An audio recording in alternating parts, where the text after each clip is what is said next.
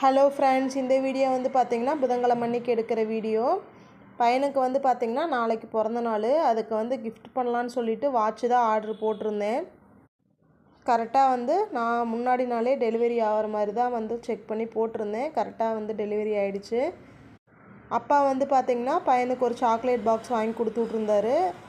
இதுவும் வாட்ச் ரெண்டுமே வந்து நாளைக்கு வந்து சர்ப்ரைஸாக தான் வந்து பையன்கிட்ட வந்து கொடுக்க போகிறேன். பர்த்டே வந்து எப்படி முடிஞ்சுது அப்படிங்கிறதையும் இந்த வீடியோவில் பார்க்கலாம். பையன் வந்து சப்பாத்தி பூரி ரெண்டுமே கேட்டிருந்தான். அதுதான் வந்து நான் ரெடி பண்ணிகிட்டு இருந்தேன். அவங்க அப்பா வந்து பார்த்திங்கன்னா பையனுக்கு ட்ரெஸ்லாம் போட்டு ரெடி பண்ணி விட்டுட்டு இருந்தார். பையன் வந்து ரெடி ஆனதுக்கப்புறம் வந்து பிள்ளை கையிலேயே வந்து வாட்ச் கொடுத்துட்டு அண்ணாவுக்கு கிஃப்ட் பண்ணு அப்படின்னு சொல்லி கொடுத்து விட்டுட்டேன். பையன் வந்து வாட்ச் கிஃப்ட் பண்ணுவேன்னு எக்ஸ்பெக்ட் பண்ணவே இல்லை. ரொம்ப வந்து பார்த்திங்கன்னா ஹாப்பி ஆகிட்டான் வாட்ச் கொடுத்த உடனேயுமே.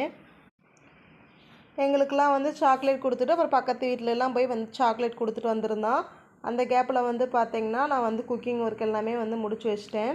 இன்றைக்கி என்ன குக் பண்ணி கொடுத்துருந்தேன் அப்படின்னு பார்த்திங்கன்னா பூரியும் உருளைக்கிழங்கு மசாலாவும் செஞ்சுருந்தேன். சப்பாத்திக்கு வந்து பார்த்திங்கன்னா காளான் கிரேவி மாதிரி செஞ்சுருந்தேன். இன்றைக்கி வந்து ஃபுல்லாக டிஃபன் ஐட்டத்தோடய விட்டாச்சு. ஏன்னா நைட்டு வந்து ஹோட்டலுக்கு போகலான்னு சொல்லி பிளான் பண்ணியிருந்தோம். அதனால் வந்து சாப்பாடு எதுவும் இன்றைக்கி மதியானத்துக்கு தனியாக எதுவும் சமைக்கலை. எங்கள் வீட்டில் வந்து பார்த்திங்கன்னா 4 பேர்த்தோட பர்த்டேக்குமே வந்து கேக்கெல்லாம் வெட்டி பெருசாக செலிப்ரேட்லாம் எதுவும் பண்ண மாட்டோம். நைட்டு வந்து டிஃபன் வந்து பார்த்திங்கன்னா ஹோட்டலில் போய் சாப்பிட்டுக்குவோம்.